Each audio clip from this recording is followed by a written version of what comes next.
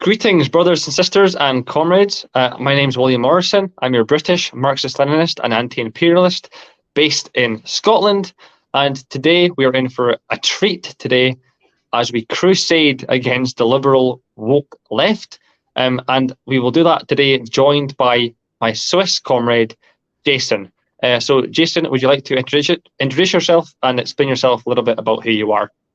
Sure thing. My name is Jason. I'm from Switzerland, and I used to be in the Party of Labour Switzerland, and eventually I left. I can talk about that later. And I built up a new group which was called Proletariat Switzerland, and then later we made the Workers' and Family Business Party, or Bürger- und KMU-Partei, BKP, which you can see the logo here of the party. Yeah, and I see myself or call myself traditional left because I see myself tradition of the working class internationally, but also the working class in Switzerland. And yeah, I mean, hello from that's Czechia. There we go. Yeah. Which we talked about earlier. Yeah. Yeah. Yeah. So that's about me. Yeah, no, thank you very much for that. Yeah. So me and you are quite similar. We have a lot in common. So you were also kind of restricted or criticized when you were a member of the a youth kind of organization. So can you maybe okay, well, first of all, some context. This live stream will be dedicated to kind of crusading against and criticizing the kind of lifestyle Marxists and the woke kind of, whatever you want to call them. We all know what we're talking about here. It's the woke left, it's the liberal left, it's the lifestyle Marxists. So we all know kind of what we're coming from. Everyone calls them something different, but we all kind of know the kind of type of people that we're talking about. Just general liberals, general anti-communists who call themselves Marxists and call themselves communists, but really have nothing to do with what we actually stand for. Me and Jason do. We are actual disciplined and motivated comrades for the cause of socialism. So Jason, can you tell me a little bit about your experience and why you were kind of restricted for being a part of this kind of youth group? Well, first I was a bit into anarchism in the anonymous movement, and then later I decided to look at the young socialists, or the USO, which are like the social democrats in Switzerland. It's a huge, or don't know, not that huge, but it's a big youth organization of the Labour Party here in Switzerland. And I only went there once, and I didn't really like it. And so I then looked at the Labour Party in Switzerland, and I was interested in it. And so at the beginning, I joined the youth movement, or the youth party of the Labour Party. And I was in there for a few years. And I mean, I grew up in there a bit, like, experienced a lot of things, went to a lot of places, did a lot of things. And eventually, I don't know when exactly, but eventually this whole trend with identity politics came into the party. Maybe it was already there. And at the beginning, I didn't really mind it. I mean, I was a bit naive and repeated everything which they said, like, and eventually I got critical. I started asking questions. I was also looking at what conservatives were saying about trans subjects, about writing or speaking gender neutral language. I think you also got that a bit in English, but you don't really have it where they put a special asterisk in between the words. Or do you? Do you have that? I don't know. No, we don't. No. Oh, thank God for that. No, they want to do that everywhere. And the first thing which I thought was really strange was, why are we as a party putting these stars in each text? Like, it doesn't make sense. It would make much more sense to write into a manifesto or somewhere, hey everyone, we support trans people, or whatnot. And then you wouldn't have to do all this gender neutral language, because like you wouldn't, in the 1930s parties, they wouldn't have like a David star to show that they also support Jews. It was like obvious that they also support Jewish working class people.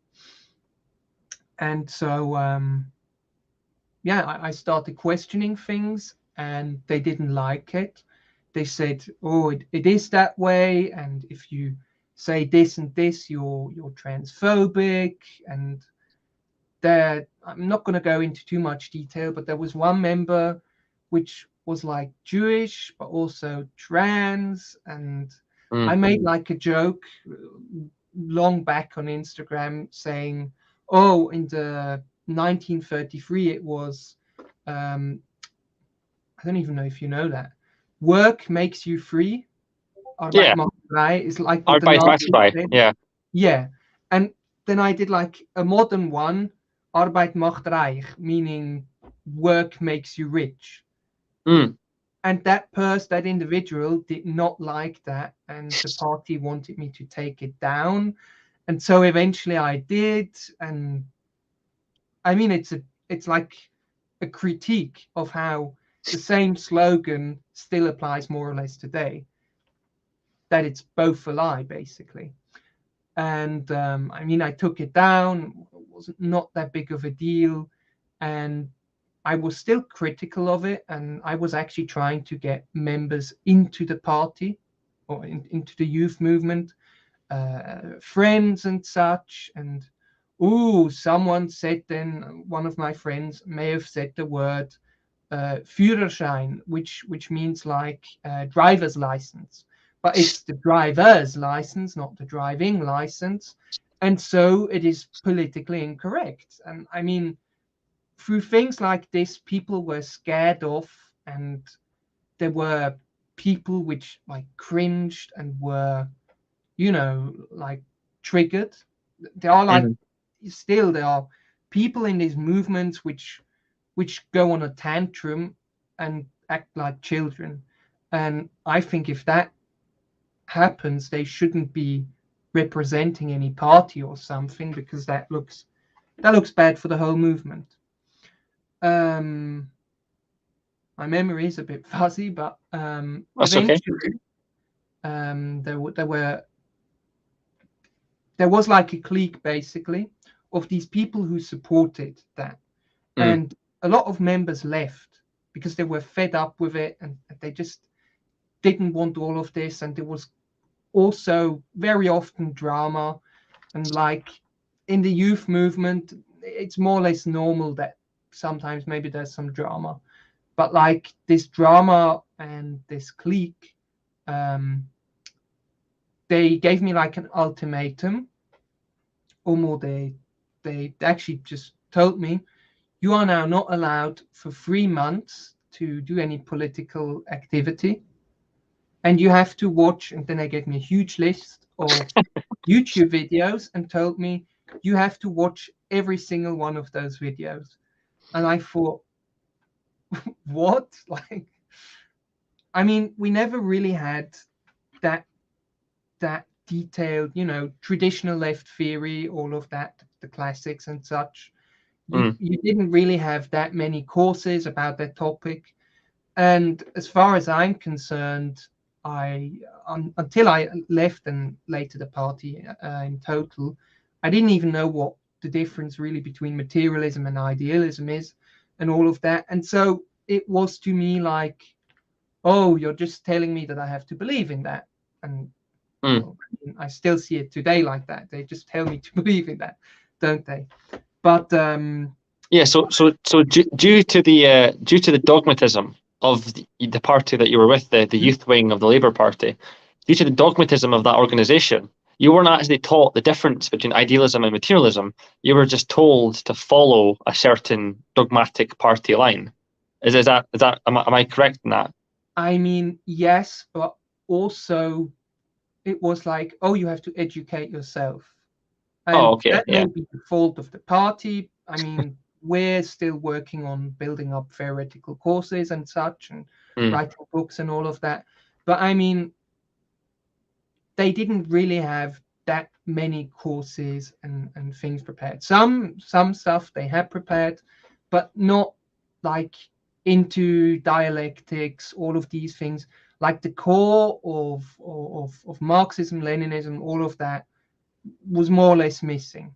And mm, well, back to the story. What then happened was I said, okay, I'll watch them, and or maybe that happened after, but I wasn't very happy with it. Of course, like 3 months, I can't go to yeah. protests, I can't come to events or anything. I have to watch these videos, and the videos were like bread tubers, the lifestyle left on YouTube. I think there may have been even a video from ContraPoints and all of that. Oh I God. did Okay. watch the videos actually, but I didn't really agree with it still. Yeah. And but I actually watched the videos after I decided, to leave the youth movement. Yeah. Yeah. And I then watched them and thought, it's rubbish. Yeah. So I then went to the Labour Party itself, like as a how do I say, for protection, basically, because there Mm, were some people which were critical of all these things. And well, I continued my work, and eventually I noticed that they were using trans symbolism and all of these things on working class protests. And I really thought that is not the way on reaching workers, mm. because if you do that, you're just gonna make them disappear, because they're gonna think, oh, you're just like the social democrats, we're not interested in you. Yeah. So how effective was that tactic for the youth party of the Labour Party? How successful was that tactic of just embracing and pandering to the trans ideology and other stuff like political correctness and identity politics? How successful was those tactics actually in receiving support from workers in the working class of Switzerland? How successful tactics were those? I mean, if the goal of the youth movement is to reach social democrats and lifestyle left, then yes, that might be effective. But if it is to reach people who are critical of capitalism, working class people, if that is the goal, then I don't think that's the way to go. It was an interesting time back then. That was like 2016, 2017, Mm. because that was more or less the era. Do you know H3H3, like the Uh, YouTube channel? no, I don't know. Okay. It's like Americans, and back then it was like laughed at. Oh, these Tumblrites, they come from Tumblr. They come with this mansplaining, manspreading, all of uh, the criticism that you're a white male, privilege, that is another of these lifestyle leftist words. Mm, And um, this was like still, I would say, at the beginning, or at least for me at the beginning, to realize what was going on. And sometimes I showed them like a video to see a critique about this, but they weren't interested. And so I thought, well, I mean, yeah, if you don't want to discuss, if you don't want to criticize yourself, what is the point of all of this? And mm. so yeah, I went into the Labour Party, and I started. Eventually, again, I tried to get in members and all of that, but I mean, eventually the youth movement broke. It it collapsed completely, Okay. at Right. least Yeah. in the area where I was, Mm, like how do you say, the party has like different. Constituency. Yeah, that Okay, yeah. constituency of the youth Okay, yeah. group broke. And so these members, or more the leftover, they came then into the Party of Labour, or maybe were already part of the Party of Labour, but became active as in the Mm. Party of Labour. And in the Party of Labour, there are like people who saw the collapse of the Soviet Union, who saw the collapse of the entire Eastern Bloc, of all those countries. And I mean, there were a lot of demotivated, depressed people. Some, I would say, were motivated and, funnily enough, more active than me, like a woman age 80 running around handing out newspapers and doing stuff. Yeah, yeah. But yeah, I mean, I spent about a few years in there, and then at one point I ran for elections. That was like ages ago now, and I think about 100 people voted for me. But it was I think it was the council elections. We have like Mm. council, and then we have cantonal, and then on top, no, hang on, communal, council, and then state. We have Okay, like yeah. these three, or more national council, not state. We have Mm. these three elections, and I think I ran in the county elections, and I got about 100 votes. And with the time, I tried to find like maybe not the right ideology, but there were like extremely dogmatic people which said, "Oh yeah, well we need to build up um, the guerrilla war party in Switzerland, and establish Gonzaloism, and the like Yeah, yeah. rights." There were people which were more moderate. There were people which were anti-Soviet Union. There were people which were in, well, I mean, maybe that someone is going to attack me because of this video, but like they were critical of the Soviet Union. Some were in favor of the Soviet Union. It was like maybe like the SPD from the 1930s, like Okay, yeah, yeah, more or less everything you could find in there, including, I would say, even some anarchists, which is interesting. yeah. And there was never really a party line. Like they didn't, for instance, have a position to China, if China is capitalist or not, if it's a socialist market economy, if it's state capitalism, if it's fascist or whatnot. And I mean, you more or less had to find out all these things yourself. And eventually, I tried again to bring in members in the party, but the party was known like this Soviet Union party, more or less, like a Mm. Soviet Union fan club. And you couldn't actually talk with people without them bringing it up constantly. And I spent like years and years discussing these things and couldn't get anything done, more or less. And people were already, "Oh no, we're not interested in this fan club." And so, especially on the things like walking around with trans symbolism and putting those gender asterisks everywhere, I started to criticize the party and talked with a lot of members about strategy of how we should even talk to people, how we should even look like. I mean, I always thought it would have been a good idea to have like party uniforms. Back then, the idea was like maybe a red hat and a red Mm. polo shirt with the Okay, name of the party on it.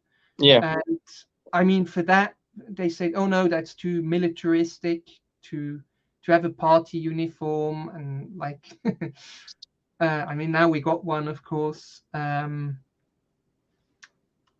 at one point, there was like, even I had the chance to do like a speech on this Okay. whole issue, and I Mm. talked about how at least I more or less gave a concession and said, at least when we go to worker protests, we should not walk around with trams, hammer and sickle, and trans Yeah. words, and all of that. And most of them more or less laughed. They didn't take me seriously, and they said, "Oh, well, this gender asterisk, that is a accomplishment of the working class. It is accomplishment of feminism. It means so much." And I realized at that point it was like too late to do anything. Like, was a waste of time basically. And Mm. then at one point, where I was distancing myself from the party because it had dogmatic views and all these problems which I talked Yeah. about. So, would you say that the party that you were with had problems with identity politics and political correctness? Do you see that those were problems that were, infected in the party at that point? They were entrenched in the dogmatism of the party. Would you Most say that as a fair assessment? Yes, most definitely. I Okay. would Yeah. even say they still have these problems. Okay. Yeah. Yeah. And I mean, I don't think it's the first place where stuff like this happens, where people are in the party are like pushed against each other because of identity politics. And the other thing was, like, at the end, you didn't even really look different from the Social Democrats Mm. because they were talking about these things. They were saying, "Oh, well, you have your white privilege, and you're a man, and you're a white man. You're not allowed to speak about that." That was Just another. typical I'd Paul. Yeah. At one point, I was making a critique, or saying something critical about the DPRK, which I don't even remember what it was about. But I was told, because I'm a white man, I'm not allowed to criticize it. And I mean, I understand if you don't know the history, the culture, all of that, then you can say you should investigate before you talk about this topic and criticize it. But I mean, to say, "Oh, because you're a white man," like, I mean, that's ridiculous. Should I Yeah. paint myself black or something, and then it's okay? Exactly. It's very um, confusing. Yeah. yeah, yeah. But in the end, when I was distancing myself, um, I never really had a fixed position, like in the party. I wanted to like do something, be in charge of, I don't know, organizing protest material, or being in charge of social media, which Mm. they, by the way, did not do, and I had to do it for them. I even made like a group, more or less. I found it like a group, and it had like a cogwheel, and it was called like um, the Cogwheel Collective of the Labour Part of the Party of Labour, Mm. um, which was posting advertisement that the party is running for elections on Instagram, like, because they couldn't do it because they didn't know Yeah. how at the time. So I also pushed them to doing social media. I then also tried to be in that new social media group, but then another clique appeared, and I realized I'm really wasting my time there. So at one point, before I completely left, there was like uh, just a new member, and that was during Corona. We had like these online video calls like we're having now. Yeah. Yeah. He was allowed to do a presentation on how Maoist China was the perfect society ever, and me and a friend constantly made comments because, like, I mean, there were problems, and I mean, no country is like perfect. There are always problems, Yeah. but we Exactly. realized that random people get a chance to speak. But if you speak about identity politics, even though you're a long member, you're not allowed to speak. I mean, it was completely ridiculous. So eventually I left and then made the group Proletariat Switzerland. And we never really, even until now in BKP, we never really, use gender neutral language and all of that. Sometimes we have a bit of a discussion in our chairmanship, in our, like we have many chairmen, but we don't have in that sense a president or a general. Okay, yeah. We sometimes have a discussion about this topic, but I mean, I think that is also have to do with the problem that some people don't understand the difference between materialism and idealism yet, and all these things. But we're working on that more or less. Yeah.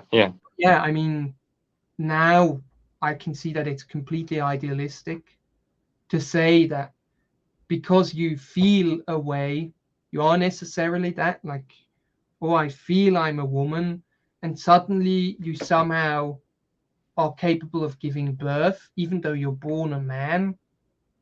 I don't think that makes much sense. But can you maybe tell about your story? Yeah, no, of course. So I have a similar experience to you with the YCL in Britain.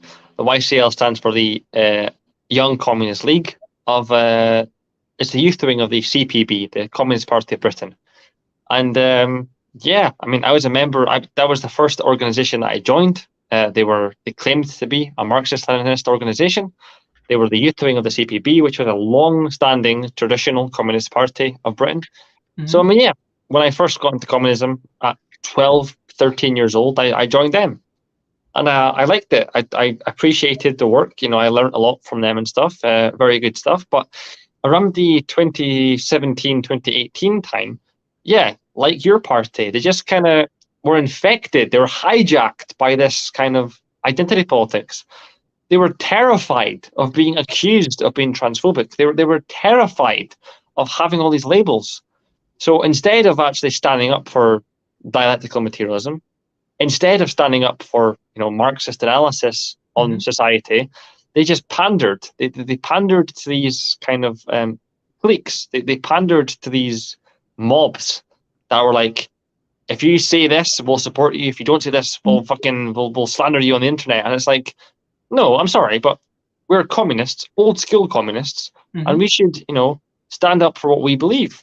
But the YCL, they became so terrified of being labelled a certain way, they just pandered to whatever the mobs wanted. So I became a lot more critical of what was happening, and it got so bad in the YCL that they had a diversity quota. They had a quota for diversity, and they had actual legislation that said that for every 5 or 7 people that joined the YCL, at least 1 or 2 had to be either trans or non-binary. Okay. that is not representative of the working class. Trans people exist, yes, and so do non-binary people, of course, but they are less than 1% of the entire population. Women are 50% of the population. And so to infringe on the rights and safety and privacy of 50% of the population, being women, to protect arguably the already most protected people on the planet, the trans community. I mean, it is my position that the trans community is the most legally protected community in the world.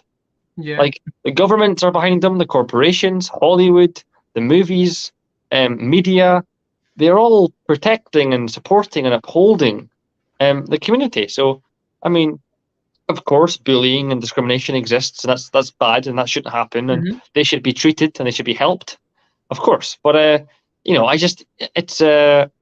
questioned that. I questioned why we had this quota, and I spoke out, and I wrote this article on Challenge magazine, which is the magazine of the YCL, and I spoke out against it, and I said maybe this is bad. Maybe this is a bad idea. Maybe we should have separate toilets, because maybe sex is a binary. Gender, of course, I do think that gender is a social construct. You know, girls like pink and guys like blue. This is gender, and this is a social construct. Of course, I believe that. Like money is a social construct, and you know, time from a Marxist perspective is a social. Of you know, there's the list, but sex is a biological fact. There is masculine and feminine. That's my view, and that is the view of most Marxist feminists. And I do identify as a Marxist feminist.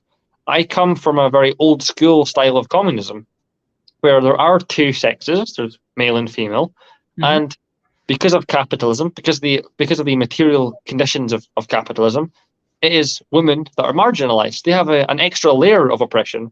So working class men obviously are oppressed.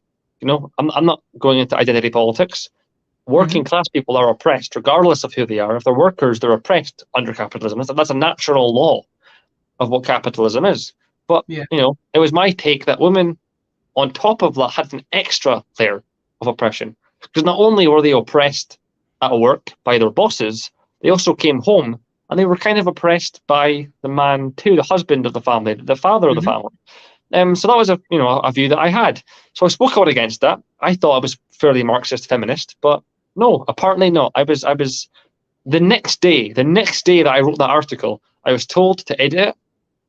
I refused to, because the article I wrote was Harvard reference that was cited by a number of academic sources, and still I was told, no, that does not go with our line. You have to stop that. So I was my membership of the YCL was taken from me. I was removed. So that's when I found the CPGBML. I found Jyoti Brar and Harpal Brar and Ranjit Brar, and I found George Galloway and these kind of people in Britain that represented my views of communism a lot better than the YCL ever did in my entire existence. So I respect and appreciate the YCL for what they did. They taught me a lot. They taught me the basics and the foundations. But I had to. I guess I grew out of my shoes. I grew out of my shoes. I had to find something else beyond the YCL, because they no longer satisfied me, and they kicked me out, and they were very hostile to me, and they still are today. They were very hostile. So I joined the PP. The Social Democrats here have like a connection to the YCL, which I find very, very interesting. That somehow... I'm not surprised. Yeah, yeah. I mean, the YCL here have strong diplomatic ties with the Labour Party of Britain. Obviously, the Labour Party is currently run by Sir Keir Starmer, a man with an OBE. He's a very privileged man, and he's a Blairite. He's not left at all. He's literally right wing, economically and socially. He's right wing. He's a moderate. He's the most boring, lame leader the Labour Party's probably ever had. And yet the YCL, a Marxist-Leninist youth organisation, endorse them. We go canvassing for them every election. And that's when I started saying, do you know what, actually, yeah, you're right. This party isn't for me. I need something else. You didn't go first to the CPB, Communist Party Britain, to that one. So the YCL was the youth wing of that. So I wasn't old enough to join the CPB when I left. So I maybe would have, because the CPB do hold my views. I know many comrades in the CPB, the mothership party, that do agree with me, and I have lots of them on Facebook and Twitter, and CPB members that support me. But it was just the YCL as the youth wing, this Gen Z kind of thing. It had been completely overridden with identity politics and political correctness, and it was time for me to go. So I joined the CPGBML, and so Jyoti Brar, George Galloway, I started getting into their politics, and I mean, the 99.99% of things that they say I agree with. So I'm a lot happier with the party. But so we do have a shared experience. We do have a shared experience when it comes to being restricted for speaking out against identity politics and political correctness. And it seems to be the case that liberal ideas, individualistic, hedonistic, whatever you want to call it, these ideas have kind of taken over leftist spaces. I don't class myself as leftist, but I know you do, and that's fine. But I mean, we have a similar experience. We have both been restricted for speaking out against this. I think I know why, because I don't know if you had that in England or in the United Kingdom, but here in Switzerland we had like a cultural revolution, kind of, and that was during the 1968. You know, this whole Mao movement, like Mm. social democrats running around with a picture of Mao Zedong, and Yeah. people wearing short skirts, and I think blue jeans also go in that topic. It was like indeed like a cultural revolution, but not of a from a left wing, but more from, I would say, the US. Those things came from the US. Rock music, American words like cool. You wouldn't, like in the 1950s, you'd probably not say that word.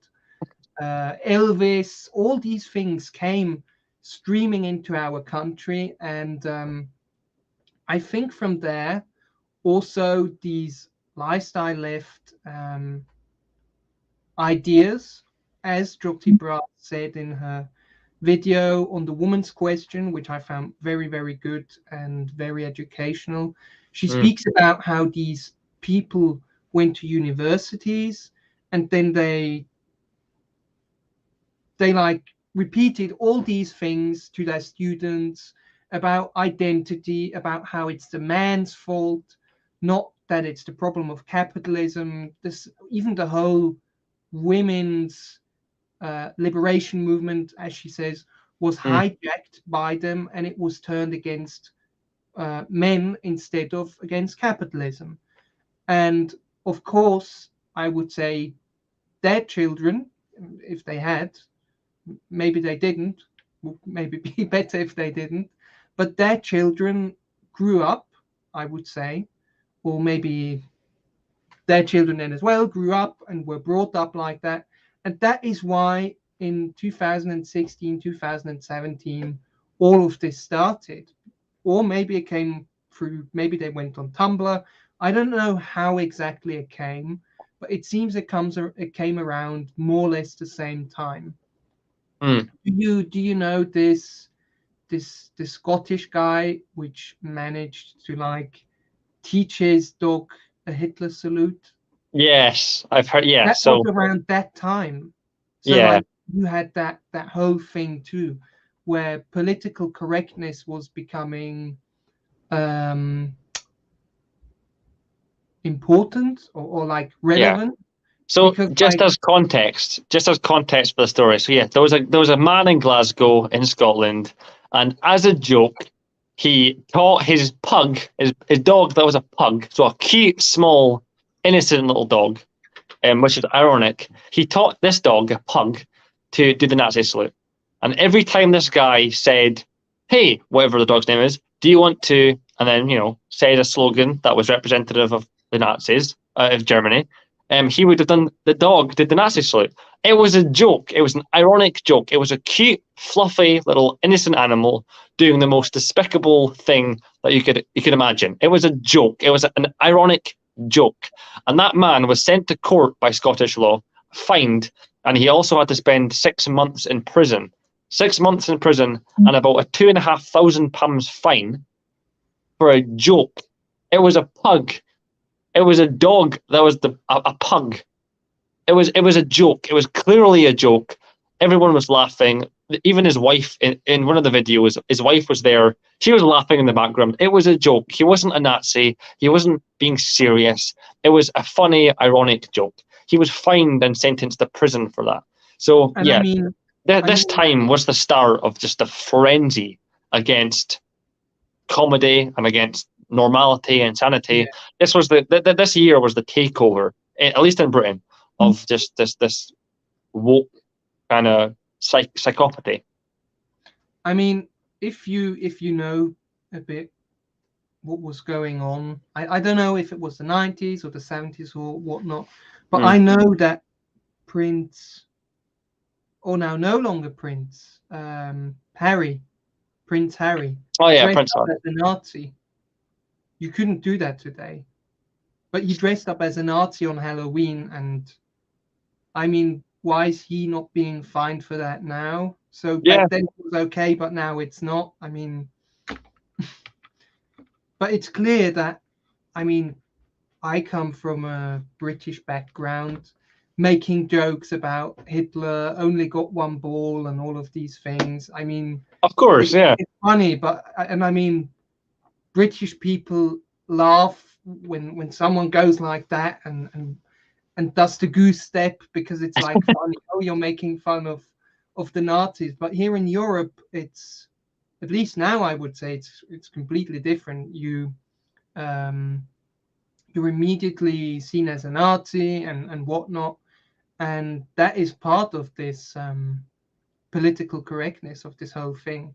And I Mm. mean, it's I would even say it's completely disingenuous, because you're like saying, oh, so because you say this and this, you must automatically be a Nazi. Like, Yeah, no, I mean, I agree. I don't even think that these people actually believe what they actually say. They're so obsessed with being the victim. They're so obsessed with being offended that they yes, are willing to just slander and make stuff up in order to make them feel like the victim. And us normal people, just normal working class people who are just trying to have a laugh. Haha, yeah, that's funny. hmm, No, that's banned now. That's despicable of you to do yeah, that. That's horrible. You're a bigot. You're a reactionary. You're a conservative. All these stupid labels that the liberals give us. We're just trying to pass the time. Life sucks for most working class people. We're just yeah, trying to pass the time, have a laugh while we do it, banter. It's British culture. I'm assuming it's the working class culture in most other countries on the planet. We just want to have a laugh and have a joke while we ride our time out on this planet. Like, we don't want it to be boring and depressing. We want to have a laugh. So we do stuff like this. Of course, doesn't make us Nazis or fascists. It's completely ridiculous. Like, liberals hate fun. They hate parties. They yeah, hate drinking. They hate everything that like actually gets working class people by. yeah, Like, they hate it. They want it banned. And it's just childish and contrarian and idealistic. And so moving on, I kind of a question I'd have for you, I guess, is like, we both have said the term like lifestyle Marxist, lifestyle leftist. I just hmm. want to, so for the watchers that understand where we're coming from, how do you identify a lifestyle Marxist? How would you kind of describe what's the stereotype, I guess, of that kind of label that we tend to give them? That is a not very easy question, because for us as the party, the lifestyle left is like the enemy.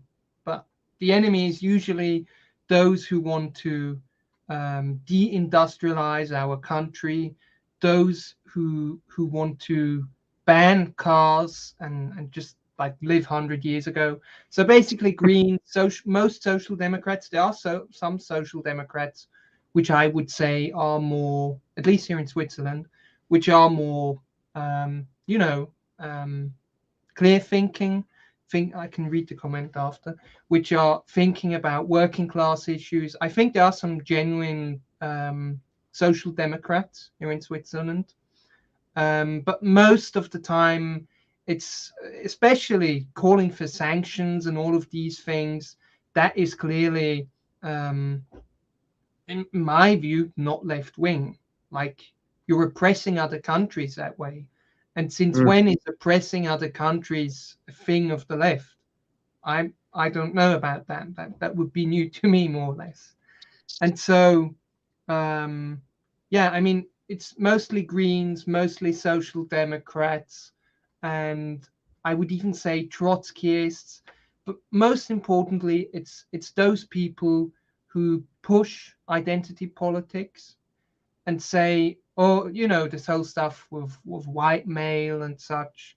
But the stereotype would be someone with an unnatural hair color, like pink, blue, Yeah, um, green. purple, or something like that. And they usually have maybe, I don't know, a t-shirt, maybe some ripped up clothes or stuff. And they talk about how great socialism is, and how you should be a socialist too. how Sweden is or is it Scandinavian countries are the best example. Basically, if you look at the American lifestyle left, or what if a conservative is watching this, if you look at the American left wing, that's what the lifestyle left is generally, because those are Yeah. people, they support AOC, they support war if it's for a good cause, like if it's stopping a bad regime or something like that, and they have zero integrity. They don't care about the context at all.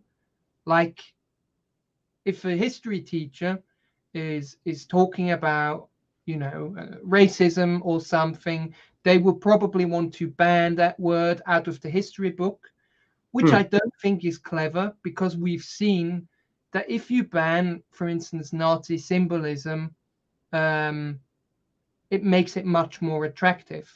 And also, you if you erase history, I'm, for instance, a long time Doctor Who watcher, or fan of Doctor Who, Yeah, and yeah. like at one point the 12th Doctor goes back in time with his black companion, female companion, forgot her name, and they're like in the colonial age, and Mm. then there's like a black redcoat, Oh, I've watched this. Yeah.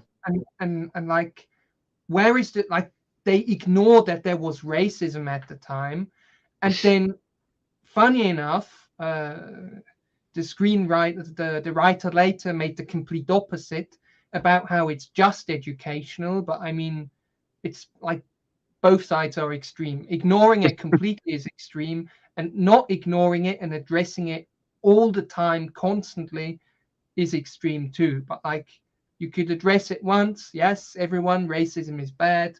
Back in that time, people were racist. Good, now we know. But yeah, like if you completely erase the history and say, we don't say Nazi, we don't know what a Nazi is, we don't know what fascism is, that has never happened here, then people will do the same mistake, because they don't know history, because they don't know that specific history. And the same thing is, if you ban symbols and stuff like that, people are just going to want to know more about it. For instance, we can see this with the book from Hitler, Mein Kampf. Mm. And I'm not one of those people, but there are people which are interested in the book because they can't find it anywhere, and they want to read it and want to know, well, what was it really about if it's so banned? And if you Me. do that, oh, you read it. I haven't read it, but I want to. I'm interested in reading it. Oh, okay. Yeah. It's just to know, just to understand. All I've No, ever I heard mean, I from it is like dictations and paraphrasing, and it's like, I don't want shitty paraphrasing. Just want to yeah, read it myself, but you can't I seem to find it agree. anywhere. So yeah, I mean, knowledge should be free. It shouldn't be like kept secret and unavailable to most people, yeah, because exactly then these mistakes happen. yeah. Isn't it good Marxist-Leninist praxis? Isn't it good communist praxis to learn and understand their enemy? Yes. Like, Yes, like I completely agree. yeah. Yes. So like, who would you trust more? Like, if you were like, a working class person, who would you think that they'd trust more? Somebody that actually understands and has researched for years the fascist and Nazi ideology, or Mm-hmm. some random liberal who's like, all white men are racists because they have dicks and they oppress women, and like, this identity politics bullshit. Like who would a working class person trust more? A guy like me that has spent years researching fascist ideology, and that's why I know I hate it. Mm-hmm. That's why, like, I can cite quotes, I can paraphrase entire chapters of books from fascist authors, Oh, uh, okay. I and can't do that. I can't go there. yeah, so like I think it's important. It's a good Marxist-Leninist principle Mm-hmm. to learn the ideology and learn the tactics of our enemies. Like, how else can we organize against it? I So all agree. these liberals out there saying, "Oh my God, you're interested in wanting to read Mein Kampf? You must be a Nazi." It's like, nah. I want to read it so I know what the fuck he was talking about, what was going on in his head, so I can maybe, counter that. Yeah. But you can't do that without knowing. So I think it's important, and I think that most Marxist-Leninists would agree that it's good practice to learn learn about our enemy, so we know how to counter them. Like all these liberals just calling everything they don't like fascist. Like at the end of the day, everything is going to be fascist according to them, and it's not. There's a specific definition of what fascism is, and I know that because I've done the research, and many other communists have done the research, and so I mean, yeah, like it's so stupid, Yeah, I mean, I think it's like they create like what do you say, an environment where you can't speak anymore your mind, and maybe that there's somewhere a criticism to be made in the late 70s, 80s of radical left-wing movements where this was also kind of the case. And if you create such an environment, you won't criticize yourself anymore. You're not allowed to criticize anything. You just have to obey and agree with what they say. Yes, there are unlimited amount of genders. Yes, we have to apply this language everywhere and all of that. And I mean, and then they go back and say, oh yeah, well that's Marxism. Marx would support that. But if you read Marx, you can see that he criticizes everything and even went against criticizing with his newspaper the government, and was going to be kicked out or even killed. And like, he goes so far of, I would even say, freedom of speech, which is kind of interesting when they cite Marx and say, oh well, yeah, we're we support what Marx says and all of that, but then actually they don't really read him and know what he's about. Yeah, no, of course. Yeah, absolutely. I completely agree with that. Just like willful ignorance. Like they do all these slogans and these jargons and they use all this revolutionary Marxian terminologies and words and vocabulary. But when you actually like ask them, like get into detail, define that, explain what you mean when you say that, they can't. They're like, oh well, I mean, Che Guevara was pretty cool, and it was like. Che Guevara isn't Marxism. Like he's a part of it. He was a very good example. He was absolutely like amazing. But like one guy, like come on, like what like that isn't socialism. Like it's so much more broader. He's an example of socialism. He's an example of a socialist revolutionary. But he doesn't like. There's so much more. I don't know. I mean, yeah. So like you said, I agree with your analysis of like lifestyle Marxists. Like they wear all these Che Guevara t-shirts. They have like long dyed fucking neon hair, and it's like I wouldn't say they're all Marxists necessarily. I would say it, like lifestyle leftism doesn't just apply to people who say they read Marx, but it also applies to social democrats. It applies to, I mean, Greens. To me, Greens are like social democrats. There's completely no difference. no, same. Yeah. But I mean, for instance, even libertarian, that would for us be the liberals actually here. They, like the neoliberals more or less, even they are, well then they wouldn't be lifestyle left, would they? But they also have this like lifestyle identity politics. I've seen a lot of them which also follow all of that, and I mean, apart from neoliberalism, which is a complete disaster in itself, they don't have any philosophy or science to see that this is rubbish. Like they're even more wrong than I would say maybe social democrats. But yeah, I mean, that is more or less the cancer at the moment. Yeah, I just want to respond to a comment by SMC Owen Full. Said that being legitimate left is being in a perpetual state of critique and analysis. That's true, absolutely. The Marxist, how would true Marxism is to pretty much be critical of everything, question everything, analyze everything. It's the scientific methodology, it's the dialectical methodology. So you're absolutely right. So I mean, yeah, being idealistic and pandering to this like the trans symbolism and kind of that it might be woke and it might be popular and it might feel like the right thing to do, but really don't expect Marxists to be 100% on board with it, because our job at the end of the day is to criticize and analyze everything. We can't enjoy anything anymore.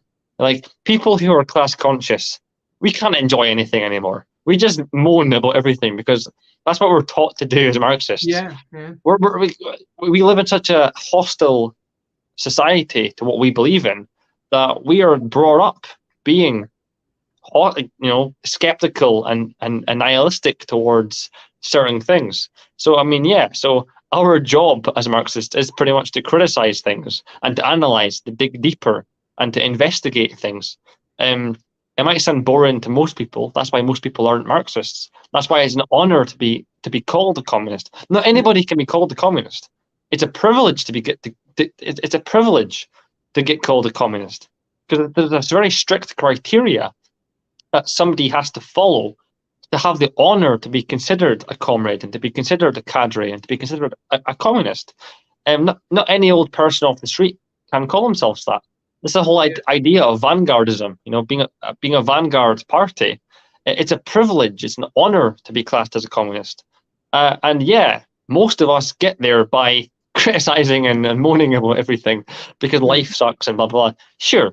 But I mean, yeah, so absolutely right. Being legitimately Marxist is pretty much being in a constant state of criticizing and analyzing. Don't know if you agree with that. You can share your thoughts on that. Sense, yes. Do you think there's like now many conservatives, even when it came up, which pointed this out, and where at least that was for me, I kind of had to like more or less take a similar position to the conservatives, with the difference that we have this entire dialectical materialism, which can explain why it's rubbish, why it's idealism. But do you think that it's gonna like make a U-turn and it's gonna disappear again, and conservatism is gonna come back because that's what conservative people think? Or do you think that people have accepted it now and it's gonna stay because it's been ingrained? And I mean, it's bloody hell, it's been ingrained in children. Like, yeah, I've seen like Gays Against Groomers, for instance. It's like a group in America. They are against that children, for instance, have hormone therapy, or for instance an operation and things like that, at least for kids. And do you think that it's gonna stop, or do you think it's just gonna continue? I think that society right now has gone so far progressive for its own good.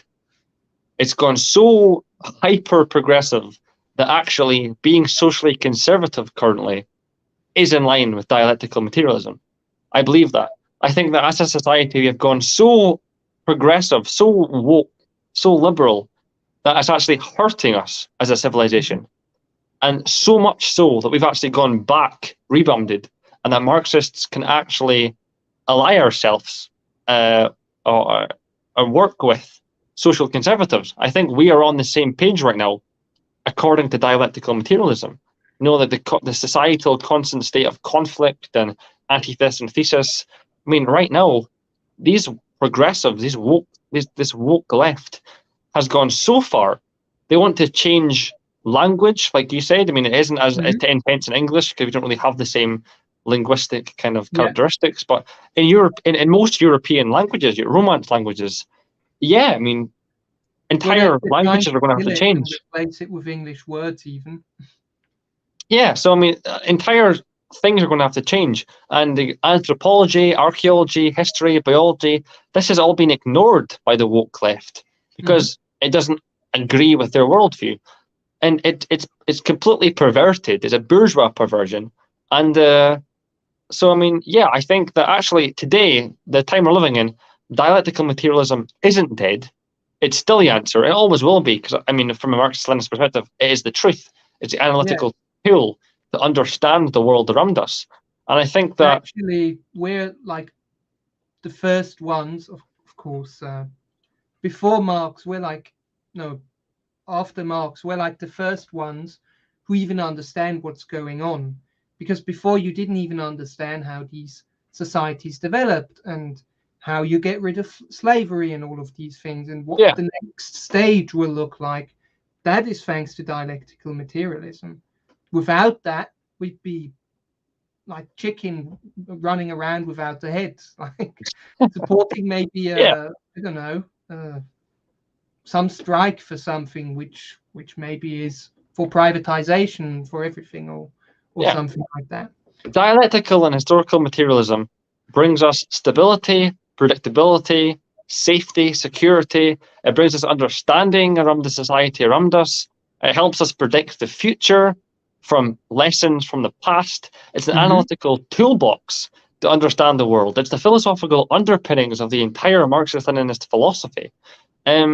That will never disappear. That will be a fundamental Yeah. natural truth. So I really appreciate your question. And yeah, I agree that dialectical materialism is not going away. And in Mhm. fact, the liberals have failed so much and they've just derailed so much and they became so degenerative, I guess, that actual social conservatives are currently, you know, 60 years ago, the kind of stuff that the social conservatives today are saying would be considered progressive. That's Yes. dialectical materialism. Society has moved on. So Mm-hmm. actually, the liberals have moved on so much that actually Marxists can, for the first time in Marxist history, perhaps, can actually start working with more conservative thinking members of the working class. So Because, thank you. yeah, I mean, you've opened a can of worms there, mate. Also, yeah. So this guy, same SMC, has complimented you on asking a good question. Also, my Marx is pretty crap. Marx is pretty complicated to understand, to be Hmm. honest. I recommend reading Engels. I think Engels is a lot more, for me anyway. I mean, this is a subjective thing, but I think that Stalin and Engels are very much more easier to understand than Marx. Marx is very dense. I do understand Hmm. that. So if you do want to understand more Marxist-Leninist theory, then Mao, Stalin, and Engels would probably be your go-tos if you're starting off. Marx is it's pretty dry, it's pretty heavy. Even I admit that it's pretty heavy, dense stuff. Hmm. It took me a good couple of years to get through Capital. That was only the first volume. It's very complex, dry stuff. Hmm. So I appreciate you making that comment, though. Uh, Uh, I wanted to also mention, I think that this whole, you know how the left goes around and wants to break up families because it's something from the past and it shouldn't be around anymore. And I think that also has to do with the new left, like the Frankfurt School, all of that, where they learned how to deconstruct. And what they're doing is they're not just knowing how to deconstruct, but they want to deconstruct everything. And they want to effectively, in reality, deconstruct things. And I don't think that's always good. Like, for instance, in the Soviet Union at the beginning, I think they wanted to abolish family and all of that, but then more conservative people came along and saw that this yeah, wasn't yeah, popular in the working class, and they were against it. And I mean, why necessarily remove, for instance, marriage or something if it can still be something nice? It doesn't have to be necessarily that you marry about money, but that you just marry because you love someone. And these things, that's where I see like lifestyle left are deconstructing things which aren't necessarily needing to be deconstructed. Like even the whole thing with gender and all of that, because yeah, that's yeah. what they do, and they do that in universities. Yeah, so there's some things that you can't deconstruct, no matter how hard you try. So social constructs like gender and money and time and other things that are social constructs like fashion and trends, these things can be deconstructed. We can go back and we can mend them for sure. But there also, on top of that, there are things that are just entrenched in nature that you cannot deconstruct. So, like the abolishment of the family, I think is impossible. You liberals and these progressive communists, they cannot deconstruct the family. I think the family is a thing. You know, like even tracing back to into the primitive times, and even animals today, they have roles. Like in birds, birds are actually the opposite. In a lot of bird species like kestrel, buzzards, hawks, and stuff. It's the man that stays in the nest and looks after the children, and it's the woman that goes out and finds the food because they're more flexible and agile and they have higher stamina levels. That's a biological fact in birds. So, I mean, they have gender roles. If the women stayed at home and the men went out, the man would get tired, not find any food. The woman would not be able to defend their nest. Bird species would go extinct. They need gender roles to uphold their entire existence. And I think that it's the same to an extent as humans. Humans are obviously a lot more advanced than birds. We have a lot more, we're a lot more advanced. Dialectically, you can't argue against that. But I mean, I still think even back to the primitive times, we have our roles. And even in the Green Book by Muammar Gaddafi, which I have a copy of, he was an Arab socialist. He was an Islamic socialist, a Ba'athist, and he said even in his book, lots of communists, skim read it and support it. But he says quite in detailed, women and men have different roles. So regardless of what you believe with that, that's what Gaddafi believed in, and I think that is truth in human. Not saying human nature, because obviously from a Marxist perspective, human nature is molded by material conditions. But there are things that we cannot change. We can never change. Not anytime soon, anyway. Maybe evolutionary, perhaps. But right now, based on how we are now, we cannot change certain things. And no matter how hard the liberals try to change certain things, the family will always exist. The nuclear family, ideally. I support in same-sex marriage, of course. I'm a bisexual person myself. I completely support gay marriage and stuff. I support trans rights, for fuck's sake. But I mean, ideally, for the greater good of humanity, a nuclear family is the strongest unit in society. And men, women, and a couple kids. Maybe a pet. I don't care if you like animals or not. Like, if you have an animal too. Like, that shouldn't be a controversial thing to say. And like most communists in all of communist history have also supported that. In the Soviet Union, even Thomas Sankara and Burkina Faso never forced a single woman to work on the railways when they were manually with their hands building the railways. Thomas Sankara never forced or expected any women to help. Some women did. That was a good thing. That was their choice. That's the important thing. Nobody should be forced to do things. I don't think gender roles should be enforced.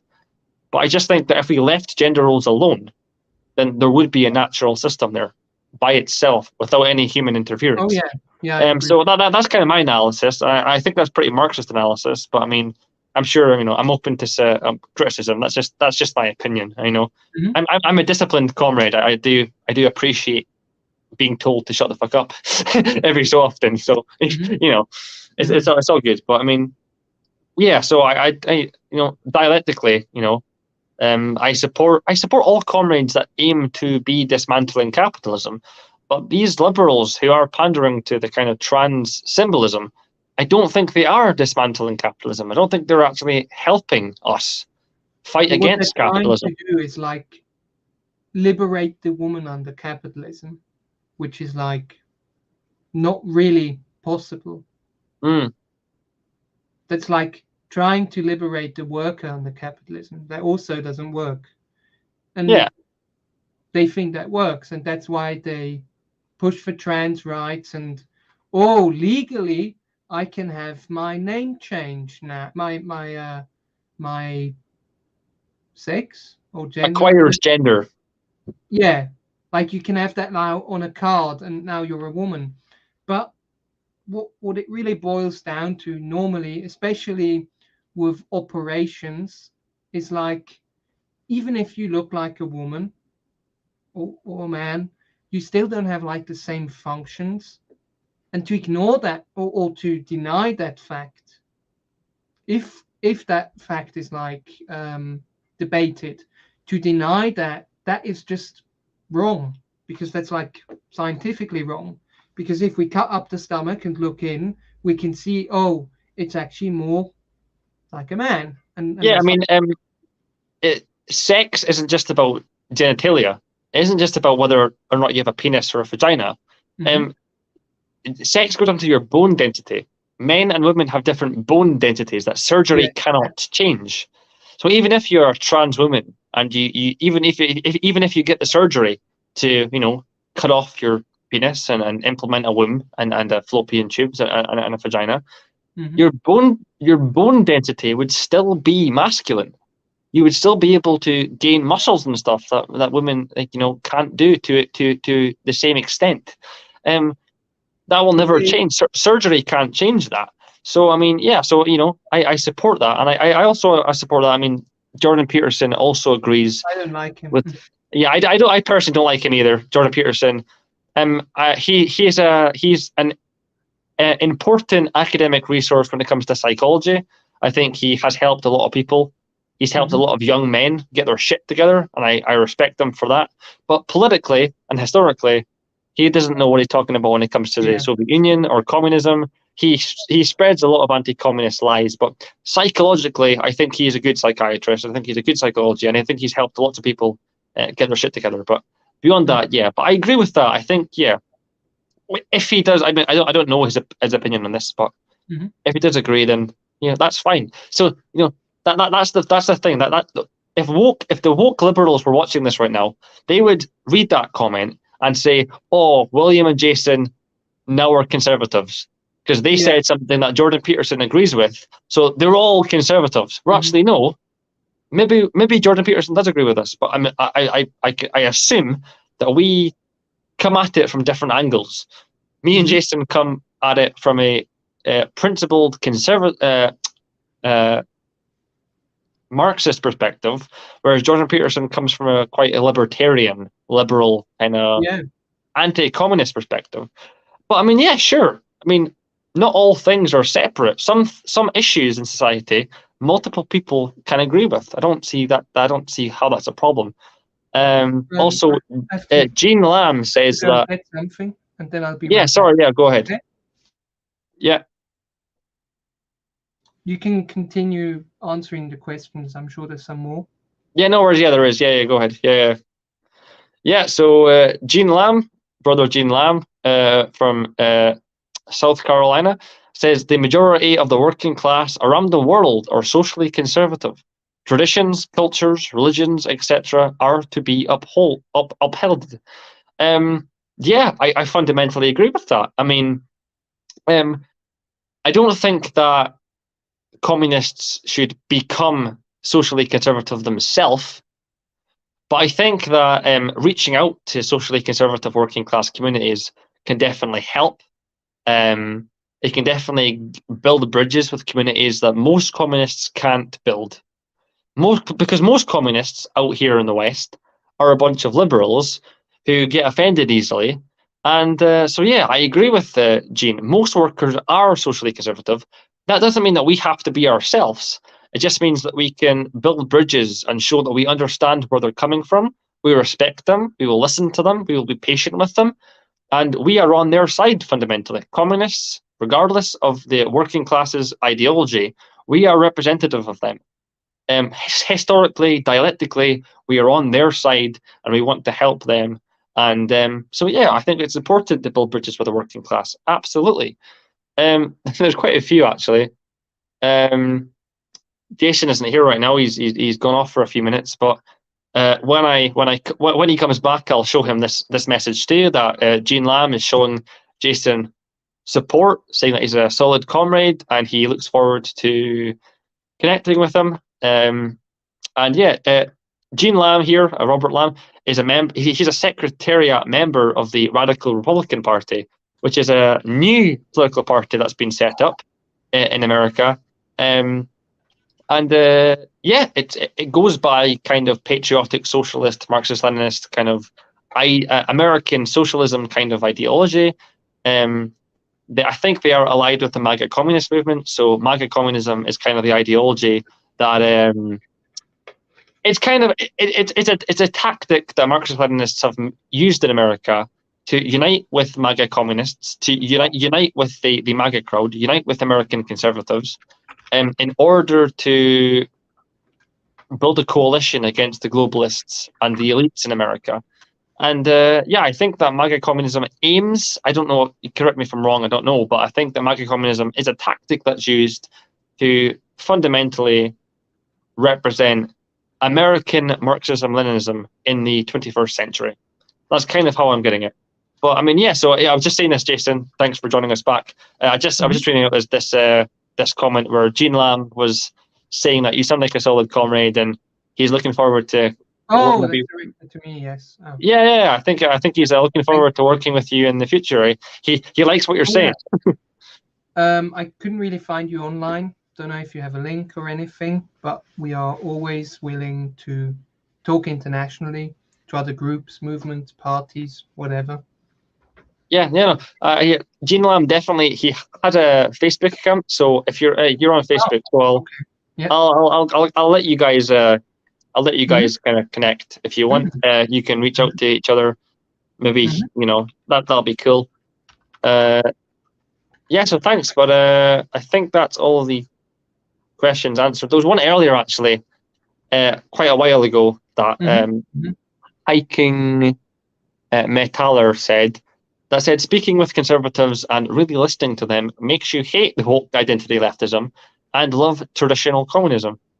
Yeah, I mean, it's hard to argue against that. I mean, at the state of society right now and how the working class views leftism, we are bundled in with, your typical dyed hair, Hikaru anime profile picture who, wears this Che Guevara t-shirt, listens to this deathcore music. That is kind of the stereotypes we get. That isn't what we want. So yeah, I think it's true. I think that speaking to conservatives and actually listening to them and showing that you actually care, because most conservatives in most countries are working class and they need our help. Yeah. And for a communist to say, "Oh, I'm a communist, but I'll only ever help working class people that agree with everything I say," is idealistic and utopian. Most people hate us to begin with. Like Mao said, I have lots of Maoist books. Like Mao said, it takes patience. And communists should be seeds in the working class. We should plant our seeds and grow over time with the working class, embed ourselves in the ideology and psyche of the working class. We can't just shout at them until they agree with us. We need to embed ourselves. If you are working class, go out there, go to work, get a job, speak to people, and I can guarantee you will find similar issues that you all experience. Build a campaign around that. That's the first step of being a communist. Yeah. Build a common ground with anyone, even if they're conservatives. If you have a conservative worker colleague and they are also paid the same as you, speak to them. Say, "Hey man, do you think this is fair? I think this is bullshit." Just, be a normal person, speak to them. So yes, exactly.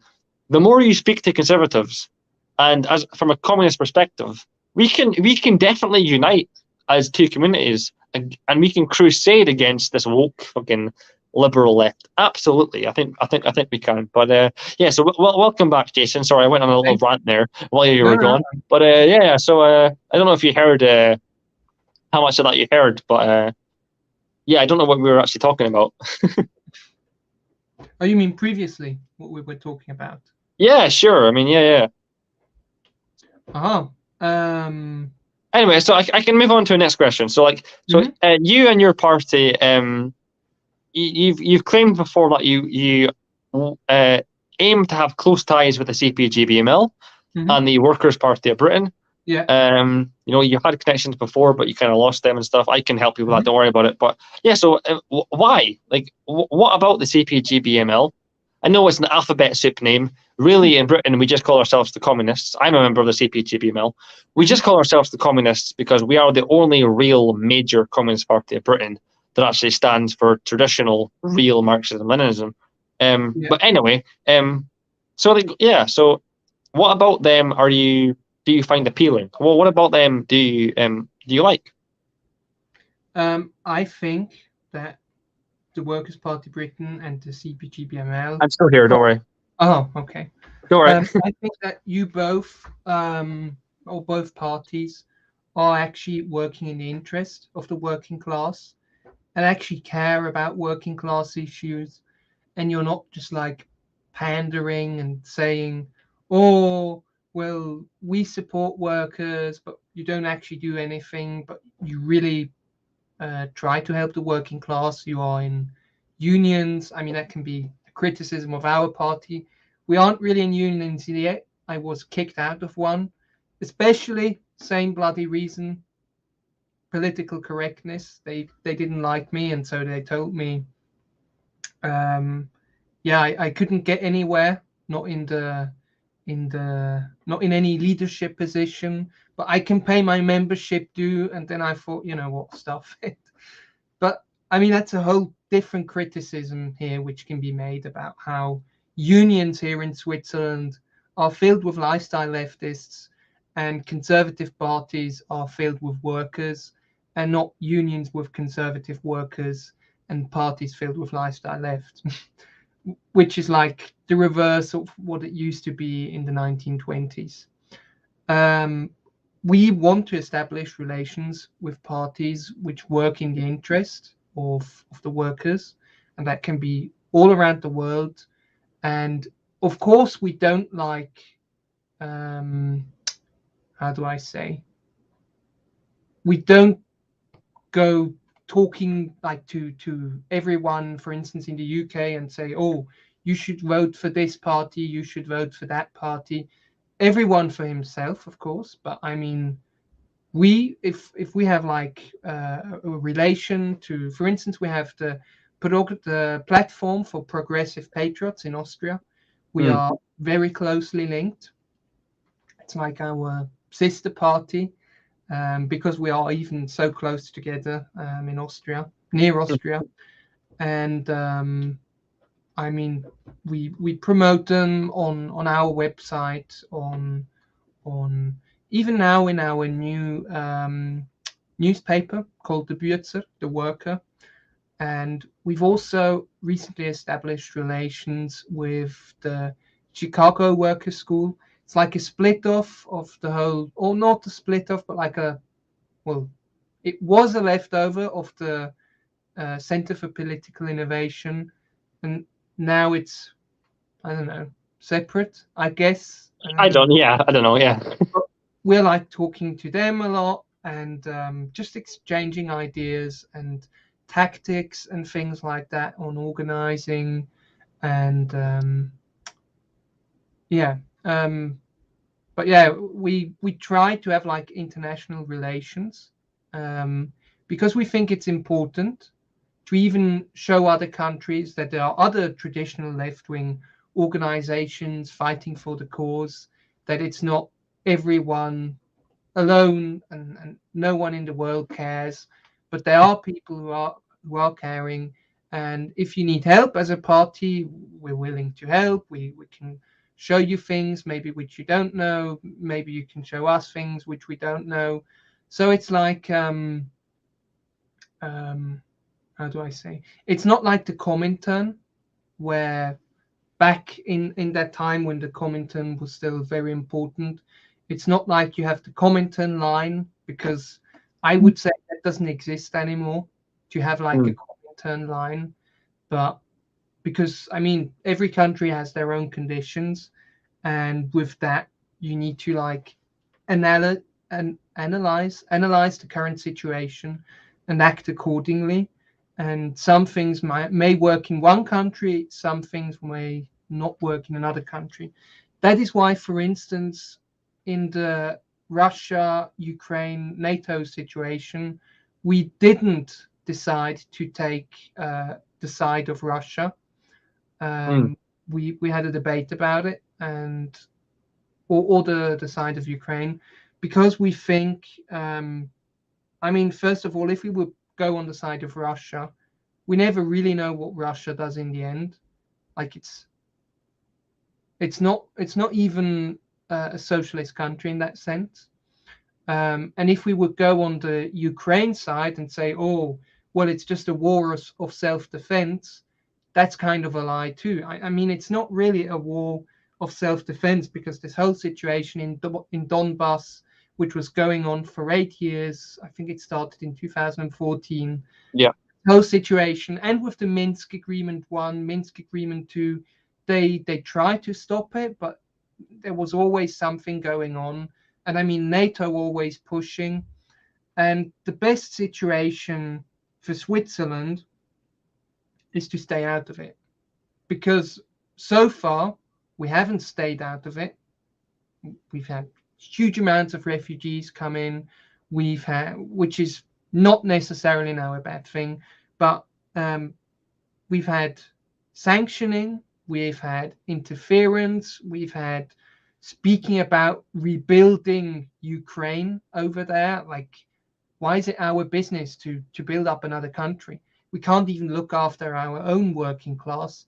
So why should we go around and helping? And I mean, helping means building their American businesses, like huge amounts of McDonald's and probably a complete playground for the big companies of the United States. We've had the gas prices, and I mean, we already have like so many American companies, like Shell and all of these companies we have here in Switzerland, and they've sucked out the money out of the working class, especially when the prices went up for the petrol.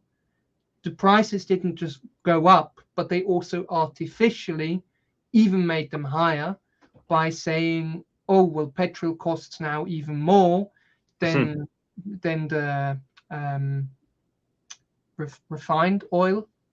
Like, there's a graph where you can see how the price of raw oil and I think refined oil isn't that much different, and then you can see a huge spike, and I mean, that just makes you wonder, how did that happen, and why are suddenly the prices so high? So how did I know. And that is why we think Switzerland shouldn't interfere. And we also found it strange that on the case of Myanmar, which our national news likes to call Burma, by its colonial name, whatever. I mean, it's interesting. They go around, because our national news media, they're super lifestyle left. They are so identity politics. They're woke. They push these things down our throats, and then they call their country Burma. That just made me really think. That's why we call it not SRF, we call it USRF, like United States Radio and TV. No one criticized this whole Myanmar situation, where the United States was going in, and why should we just defend countries from interference when it's the perfect system we want, but on any other time, any other occasion, we don't. Like, that makes no sense to us. So we decided, that was a while back, that we should be against any intervention of all the countries, because I mean, it even is in the UN. It even says you shouldn't interfere unless it's a war, if it's a war situation or something. And otherwise, we think it's like the decision of the UN. But in the case of the UN, the veto power has to be removed. Like, if every country could just vote and it be democratic, then I think the UN would be much better than it is now at the moment. Because now it's just being abused, and the United States just uses its veto power. And I think I already explained this on the Dust James live stream, but that is why we think neutrality, and it seems now even other left-wing organizations in Switzerland see it also, that neutrality for Switzerland is really the answer. I mean, the right always stood mostly behind neutrality, but never well, like the 1930s, there were some left organizations which supported neutrality, but it never became like really a big thing in that sense. But now it is very, very clear that if we're not neutral, I mean, we can't explain to them this country is good, this country is bad, this country should be sanctioned, this country shouldn't be sanctioned. We generally think sanctioning is a problem because, I mean, it kills people in most cases. Yeah, I mean, sanctioning. Yeah, sanctioning hasn't worked in Russia, like against Russia, because the only people that are suffering in Russia are the working class of Russia. So sanctioning hasn't worked because most working class people in Russia don't actually care about the war. They don't care about politics. They think that this war is just a political war, so they don't actually care. So sanctioning them and getting rid of Coca-Cola and Subway and McDonald's, just punishing, working class people and giving them less options as to where they go. I think that's very stupid and it hasn't worked. And actually, economically, Russia is bouncing back. The Russian economy hasn't been damaged long term by this. Yeah. The sanctions have been replaced by Russian state-owned kind of replacements for all these, and they're running just fine. And so I don't think it's very fair. But yeah, you are right. There is context behind this war. The media in the West like to think that Ukraine was some innocent country that was just minding its own business, and then Russia just spontaneously attacked it. And it's like, no, sorry, there's 8 years of context here. And that 15,000 ethnic Russians died, were killed by death squads sponsored by the Ukrainian government. In Donbass, in Donetsk and Luhansk, 15,000 people over the period of 8 years were killed by Nazi death squads. Self-proclaimed proud Nazi. Like, this isn't like I'm not being liberal calling them Nazis. No. They are literally not like the Azov battalion have connections with the Sonnentraum, which is the black sun, which is a Nazi symbol for Nazi eugenic experiments during the war. The Banderites were literally the fascist party of Ukraine when the Nazi Germany invaded Ukraine. They helped the Nazis round up Jews in Ukraine before the Nazis had actually arrived. These are organizations that exist now today, who are now currently fighting in Ukraine. So I think it is abundant that Russia defends ethnic Russians in Ukraine by stepping in and defending them. And also, yeah, like you said, countries don't step in the Middle East. They don't care.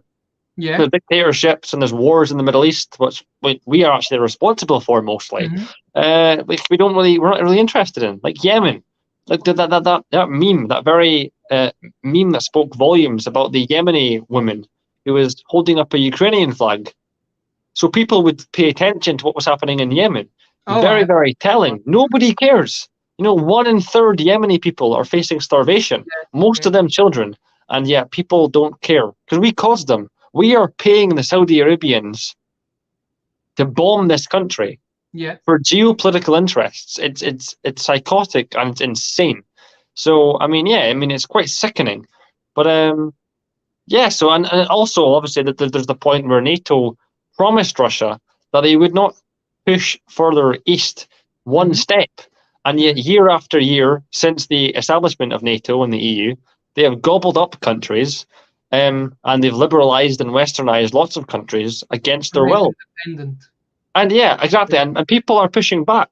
Countries like Poland and Hungary, Viktor Orban and the Peace Party of Poland, regardless of whether or not you support them, I'm obviously fundamentally unopposed to them because they're right-wing populist parties running them. But they are at least anti-EU and anti-NATO.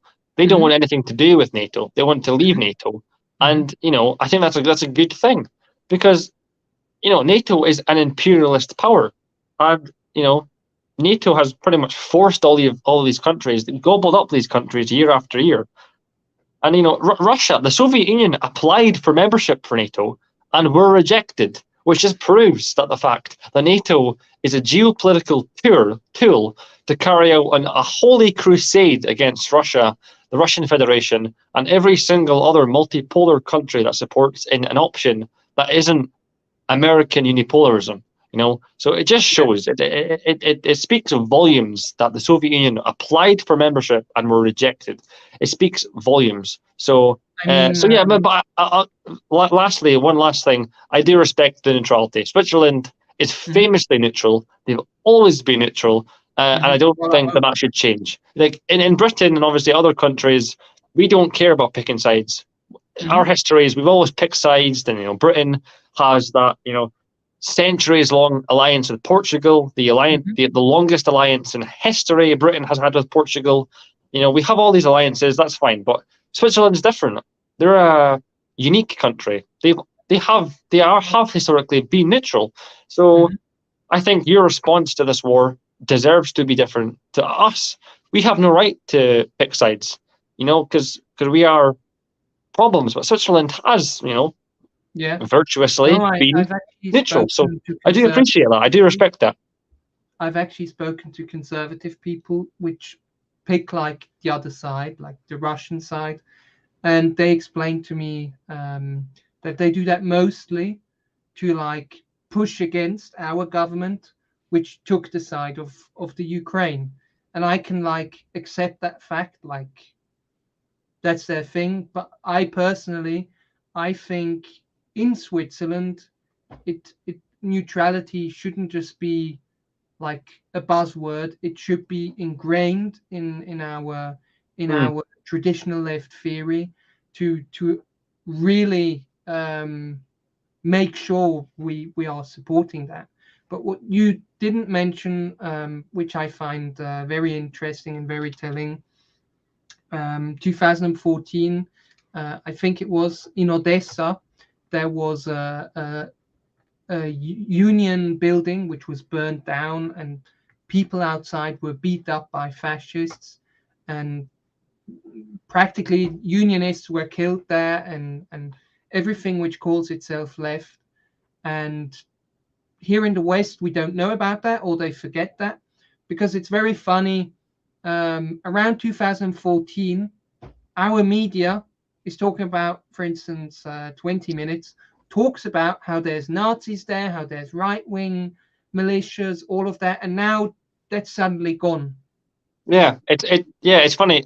We have that in Britain as well. The Guardian, the Guardian is a famous left-wing publication, one of the only openly left-wing publications. They have a newspaper in Britain, and in 2014 or 2015, the Guardian had an article saying how Ukraine had a Nazi problem. There was a problem with Nazism in Ukraine, and then when this war started about a year ago, they actually buried that article. They actually buried the article from 8 years ago, and they're now pretending that never happened. And there's citations, there's copies. There's still like an old hard copy of it that people are spreading around. And the Guardian was like, in 2014, when this coup d'etat happened, when the USA sponsored Zelensky to take power against Petro Poroshenko, the current president back then, they were like, oh my God, Ukraine has a Nazi problem. We need to deal with this. This is a problem. Yeah. And now these same Nazis are running government, running the military, running the police, running the war. They're on the front lines fighting against the Russians. And yet, no. Slava Ukraini. These are innocent people. There's nothing wrong with Ukraine. Ukraine's a perfect country. Yeah. It's sickening. And what we were just saying there is actually backed up by a comment by Hiking Metaller. He says, I know a guy that ran into Chechnya with his aunt because Azov battalion guys were sending them death threats because they had Russian ethnicity. That's quite common, actually. Like I said, over 8 years of conflict before the Russians actually started out their special military operation, 15,000 ethnic Russians have been murdered. That is not an opinion. That's not a conspiracy theory. That's a statistic that even the Guardian admitted to, and Swiss media admitted to. 15,000 people, ethnic Russians, have been killed by fascists in Ukraine. sponsored by the Ukrainian government, and no one wants to talk about it because at the end of the day, Russia is the more evil, and everybody should pile in against them. So I think it is wrong, and that's one example. That's one personal example, but I mean, 15,000 people. This definitely correlates. And then, do you good remember? Comrades says, yeah. Sorry, go ahead. Do you remember that Protasevich from Belarus was like in a plane, and he had to land, and he was a journalist, Oh, an yeah. innocent journalist, and he had to land because there was apparently a bomb on there or something, and our proponent, or our main speaker against neutrality for sanctions, is a guy called Fabian Molina, and he said freedom for Protasevich, and he's like a social democrat. He believes he's a socialist and all of that, and we did a hit piece on that, and we explained how Protasevich was in the Azov battalion training in Ukraine with fascists, and that could probably be the reason why he was landed. But either way, I mean, a guy next to him had tattoos of Nazi, of Hitler and everything on the back. And I mean, how can you, as a left winger, support a Nazi or someone who trained with Nazis? I mean, that's like next level shit. Like, how can you do that? It's insane. And they do that all over Europe. They go and say, oh, these people want freedom, these people want freedom, but in the end, they don't want freedom. Like, for instance, Navalny. I was just going to say that, yeah.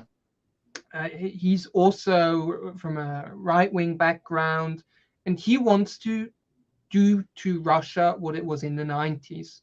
At least that's what his program on his website says. He wants to make Russia again dependent on the West, wants to liberalize the economy.